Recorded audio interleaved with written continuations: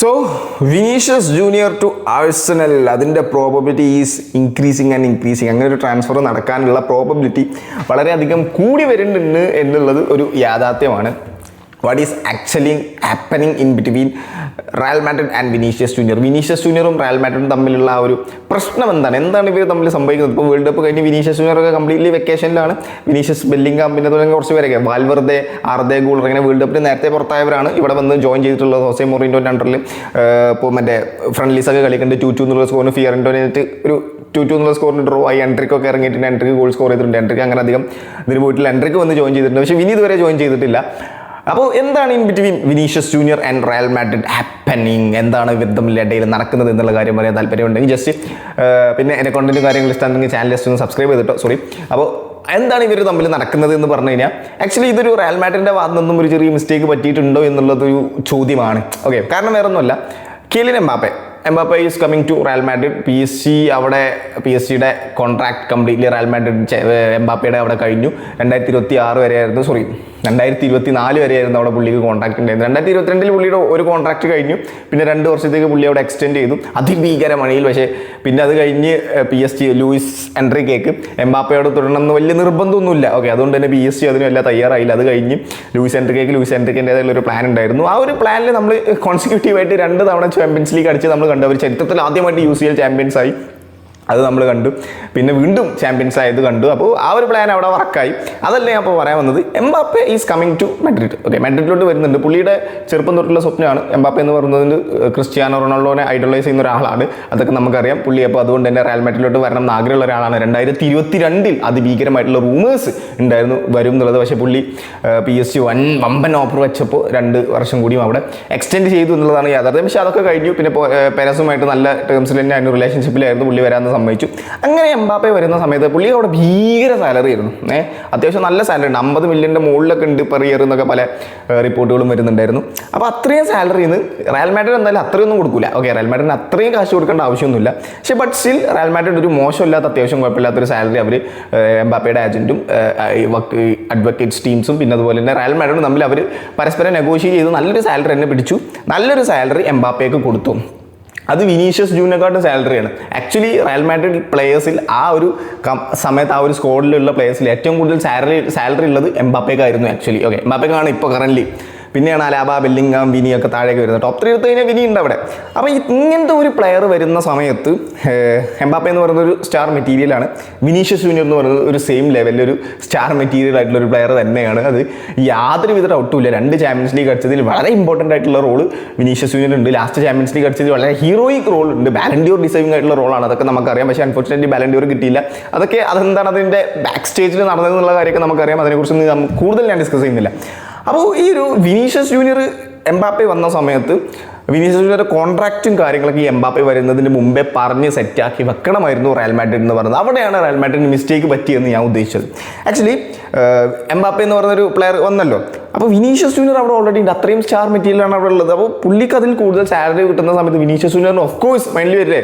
Okay, ഇപ്പം ഞാൻ ഒരു കമ്പനിയിൽ വർക്ക് ചെയ്യുകയാണ്. ആ കമ്പനിയിൽ എൻ്റെ അതേ സ്കില്ലുള്ള വേറൊരാൾ വരുന്നുണ്ട്. സ്കിൽഡാണ്, എനിക്ക് അത്യാവശ്യം ഞാൻ നല്ല സ്കിൽഡാണ്, പുള്ളിയും അത്യാവശ്യം നല്ല സ്കിൽഡാണ്. ഓക്കെ, അപ്പോൾ പുള്ളിക്ക് എനിക്കിപ്പോൾ ഒരു 30,000 സാലറി നിങ്ങൾ വിചാരിച്ചു. പുള്ളിക്ക് ഒരു 40,000 കൊടുത്തു, സാലറി കൊടുത്തു, നെഗോഷിയേറ്റ് ചെയ്ത് കൊടുത്തു. പിന്നത്തെ നെക്സ്റ്റ് സാലറി ഇൻക്രിമെൻറ്റിൽ എനിക്ക് 40,000 ആക്കി തരേണ്ട, അല്ലെങ്കിൽ 40,000 അതിൽ കൂടുതലാക്കി തരേണ്ട. കാരണം ഞാൻ ആ കമ്പനിയിൽ ആ ഒരു സമയത്ത് വളരെ ഇമ്പോർട്ടൻ്റ് ആയിട്ടുള്ള പ്രൊജക്റ്റും കാര്യങ്ങളൊക്കെ ചെയ്ത് കൊടുത്ത് ഞാൻ അതിഭീകര ഇമ്പാക്റ്റ് ഉണ്ടാക്കി കമ്പനിക്ക് കൊടുത്തു. അപ്പോൾ എനിക്കൊരു അറ്റ്ലീസ്റ്റ് ഒരു 40 അറ്റ്ലീസ്റ്റ് തരണ്ടേ? ഓക്കെ, അതൊരു ഫെയർ ആയിട്ടുള്ള കാര്യമല്ലേ?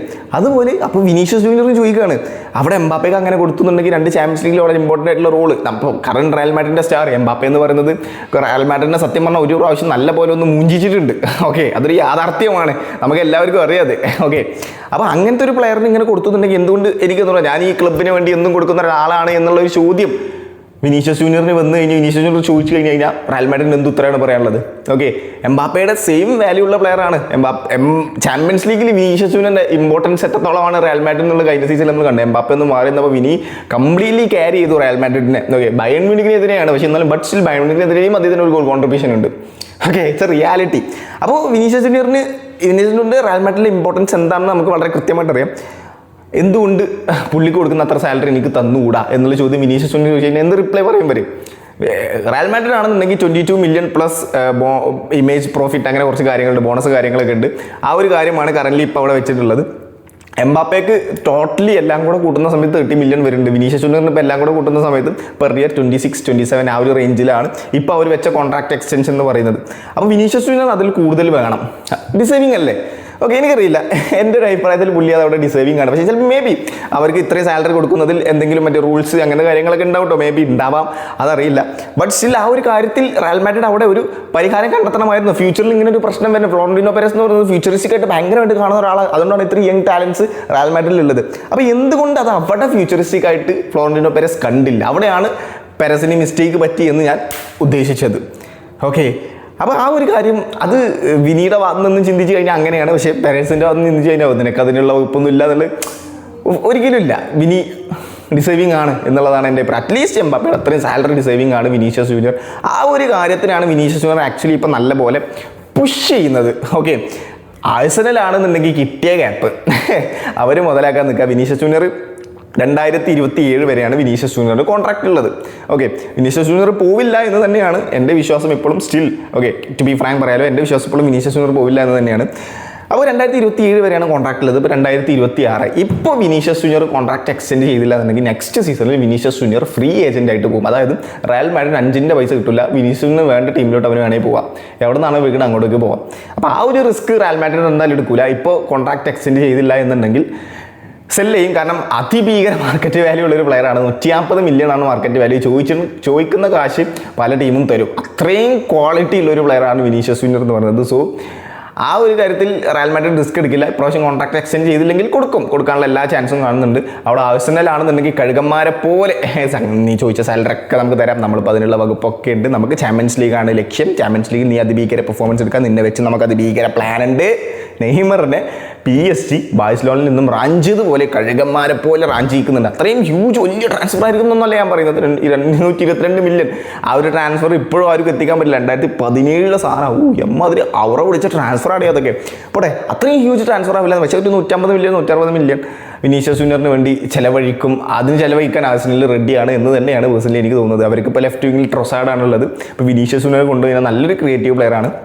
ആർട്ടിറ്റയോട് ഇപ്പോൾ പലരും മീഡിയക്കാർ ചോദിക്കുന്നുണ്ട് എപ്പോഴാണ് വിനീഷ്യസ് ജൂനിയർ വരിക എന്നുള്ള കാര്യമൊക്കെ ചോദിക്കുന്നത്. അപ്പോൾ ആർട്ടിറ്റി വല്ല ചിരിച്ചിട്ട് വല്ല മുങ്ങുന്നുണ്ട്. It's reality.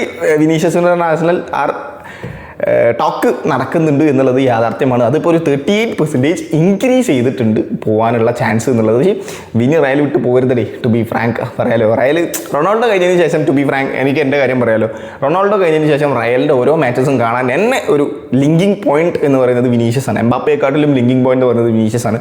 വിനീഷ്യസും റയലും തമ്മിൽ അതിഭീകര കണക്ഷൻ ഉണ്ട് എന്ന് വിശ്വസിക്കുന്ന ഒരാളാണ് ഞാൻ. എംബാപ്പയ്ക്ക് ഇല്ല എന്നല്ല കേട്ടോ, ഇനി അങ്ങനെ കാണരുത്. ഓക്കെ, ഇത് എൻ്റെ അഭിപ്രായം മാത്രമാണ്. എനിക്ക് ഒരു വിങ്ങർ ടൈപ്പ് ഓഫ് പ്ലേയേഴ്സിനെ ഭയങ്കര ഇഷ്ടമാണ്. റൊണാൾഡോ, പിന്നെ വിനി, യമാല്, പിന്നെ അതുപോലെ മെസ്സി, പിന്നെ അതുപോലെ നെയ്മർ ഓഫ് കോഴ്സ്, ജെയ്സി അതാണ്. അപ്പോൾ ഇങ്ങനത്തെ ടൈപ്പ് ഓഫ് പ്ലേയേഴ്സിനെ ഭയങ്കര ഇഷ്ടമാണ്. അതിലൊരാളാണ് വിനി എന്ന് പറയുന്നത്. അപ്പോൾ വിനി അവിടെ വേണം, ഇവിടെ റയലിൽ വേണം. പുള്ളി ആ ഒരു ചാമ്പ്യൻസ് ലീഗ് കളിക്കണം. ചാമ്പ്യൻസ് ലീഗ് എന്നൊക്കെ പറയുമ്പോൾ റയലിൻ്റെ വിനി എന്നാണ് നമുക്ക് ഈ ഒരു കഴിഞ്ഞ 2-3 വർഷമായിട്ട് നമുക്ക് മൈൻഡിലുള്ളത്. അതിഭീകര പെർഫോമൻസ് ആണ് പുൾ ഓഫ് ചെയ്തത്. പുള്ളി പോവില്ല എന്ന് തന്നെ വിശ്വസിക്കുന്നു. ഇപ്പോഴും സ്റ്റിൽ വിനി പോവില്ല എന്നാണ് എൻ്റെ മൈൻഡ് പറയുന്നത്. ഉള്ള പോലെ പറയാലോ. സോ ഇത്രയൊക്കെയാണ് എനിക്ക് ഈ ഒരു കാര്യത്തിൽ പറയുന്നത്. റയൽ മാഡ്രിഡിന് അവിടെ പെരസിന് ആ ടീമിന് ആവപ്പെട്ട ഒരു മിസ്റ്റേക്ക് പറ്റിയെന്ന് എനിക്ക് പേഴ്സണലി തോന്നിയിട്ടുണ്ട്. എൻ്റെ അഭിപ്രായം മാത്രമാണ്. പിന്നെ നിങ്ങളുടെ വിലയേറിയ അഭിപ്രായം താഴെ കമൻറ്റ് ബോക്സിൽ രേഖപ്പെടുത്തുക. പിന്നെ കോണ്ടൻസും കാര്യങ്ങളും ഇഷ്ടമാണെന്നുണ്ടെങ്കിൽ ചാനൽ ജസ്റ്റ് ഒന്ന് സബ്സ്ക്രൈബ് ചെയ്തിട്ടോ. Thank you so much.